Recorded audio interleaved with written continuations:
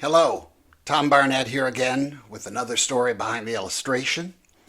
Here, one that seeks to portray the backwardness of Russia's forced approach to regional integration. First off, let me note that the thread's title is a direct callback to a famous or infamous quote by Chairman Mao regarding where political power originates within a system. That quote is not as revolutionary as it seems. Any government naturally plays the role of Leviathan within its own borders, meaning a sine qua non of government power is its monopoly of military power, the means of mass violence. If you don't have that secured, you're not really a government.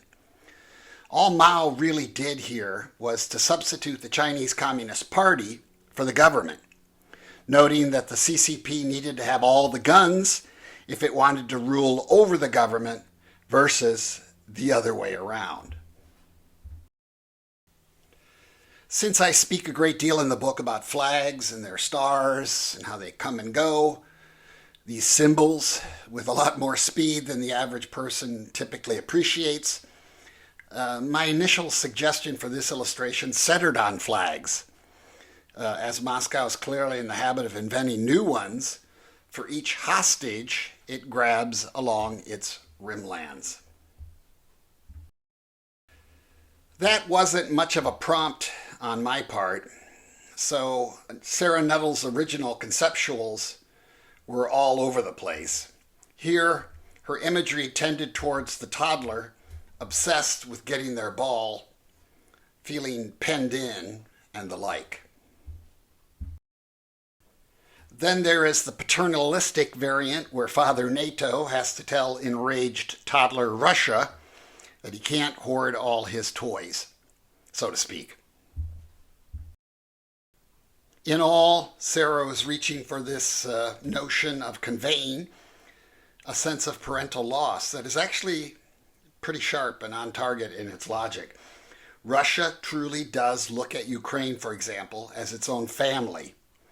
So the threat, so-called, of defection to NATO and the EU, or the West in general, it does feel, to Moscow at least, to the regime, to the Russian people, I would argue, like a crime against Russia's cultural family. It's a very, very touchy, hot-button subject.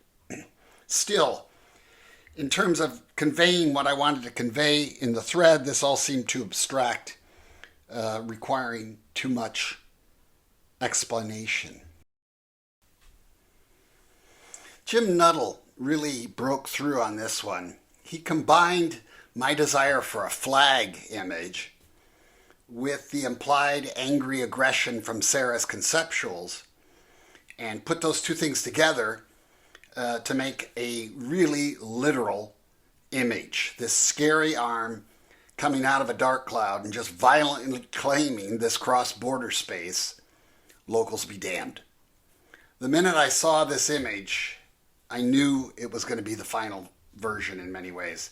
It's just that powerful, and it's just such a beautiful marriage of what Sarah and I were individually reaching for. In this second iteration, Jim amped up the scary violence, having the flagpole, for example, directly crush a local home, driving off its frightened inhabitants, almost like a tornado, destroying something, a building. Very powerful. The Red Team review saved us yet again on misrepresenting a flag, so a good catch there.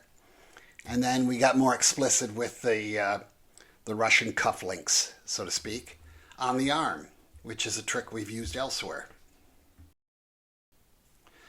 Getting us to the final book version, which, again, I find very powerful.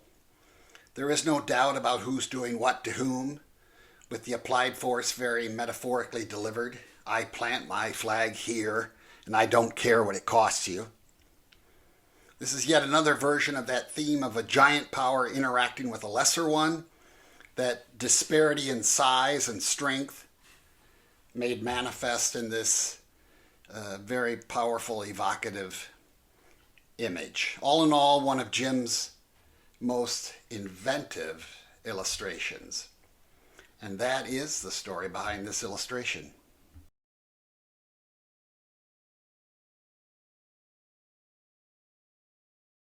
As always, we love it when people buy the book, when they recommend the book, when they praise the book online.